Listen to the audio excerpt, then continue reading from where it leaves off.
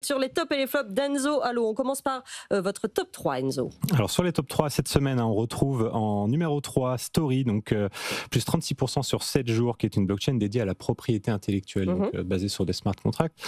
On retrouve ensuite Pi Network, 48%. Alors attention, pas Pi, P-I-E, celui qu'on n'aime pas voir, mais Pi, alors qui n'est pas spécialement mieux, mais toujours un peu plus intéressant.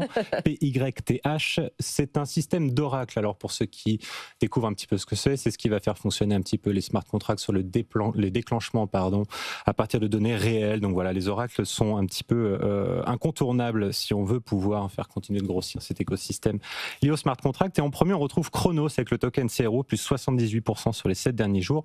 C'est une banque Web3. Attention, j'ai fait des tests la semaine dernière. Pour une seule transaction de 10 000 euros pratiquement, c'est 300 euros de frais de transaction que vous allez avoir sur donc, la blockchain Chronos, qui a sa plateforme qui est crypto.com, qui est quand même des plus connu. Ouais. Donc, c'est des frais de transaction énormes, en sachant que c'est marqué 0 frais dessus. Donc, ils prennent un spread qui est gigantissime. Donc, absolument à fuir. Peut-être que la BCE va vouloir faire son euro numérique. On ne sait pas. J'imagine. Les flops. Alors, sur les flops, cette fois-ci, on retrouve Pendle, moins 15% sur 7 jours. C'est un protocole de finance décentralisé qui propose du lending, 7e protocole en termes de value lock sur la blockchain. Donc, bon, c'est intéressant. Je pense que c'est temporaire. En deuxième, là, attention, on retrouve Fartcoin, donc littéralement le jeton prout, qui est un même coin balancé sur Solana en octobre 2024. Tenez-vous, voilà. Levez-vous bien quand même, 650 millions de valorisation. On est sur le top 100 des plus grandes capitalisations boursières. Donc le coin prout, 650 millions de valorisation. Depuis sa création, c'est 1 500 000% de performance. Ouais.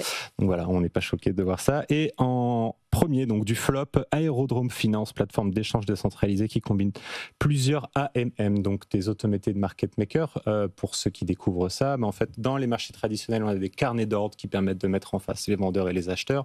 Dans la blockchain, on a ce qu'on appelle donc des AMM, automated market makers, qui est un algorithme de pricing. Celui-ci est un petit peu novateur puisqu'il regroupe 5 ou 6 AMM de AV, de Lido, de plusieurs. Et donc, voilà, propose tout ça.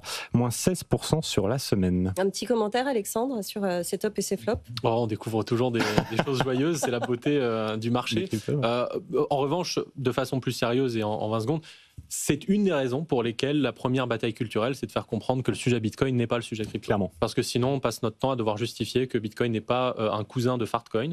Et donc, en fait, on perd du temps pendant ce temps-là. C'est-à-dire qu'on le disait tout à l'heure, la Chine, la Russie qui échangent en Bitcoin, les États-Unis font des réserves. Et nous, on se débat sur est-ce que c'est une monnaie selon Aristote, parce qu'il y aurait d'autres cryptos qui elles-mêmes. Et donc, Bitcoin n'est pas rare parce que je peux créer ma crypto. C'est un argument souvent. Donc, voilà, c'est une des raisons pour lesquelles il faut bien faire cette distinction. C'est une de cette éducation-là, notamment, que vous allez devoir vous saisir, finalement. Mais peut-être qu'il va falloir aussi un petit peu changer la façon dont on en parle de ce monde de la crypto, de ce monde du Web3, et maintenant parler juste de Bitcoin. Et puis, voilà.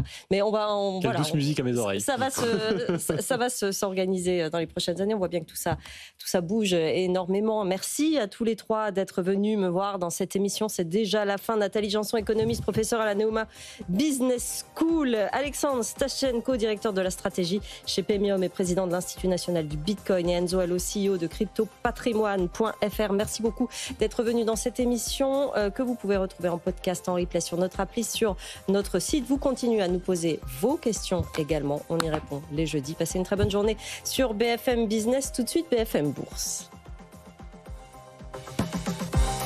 BFM Business, BFM Crypto, le club.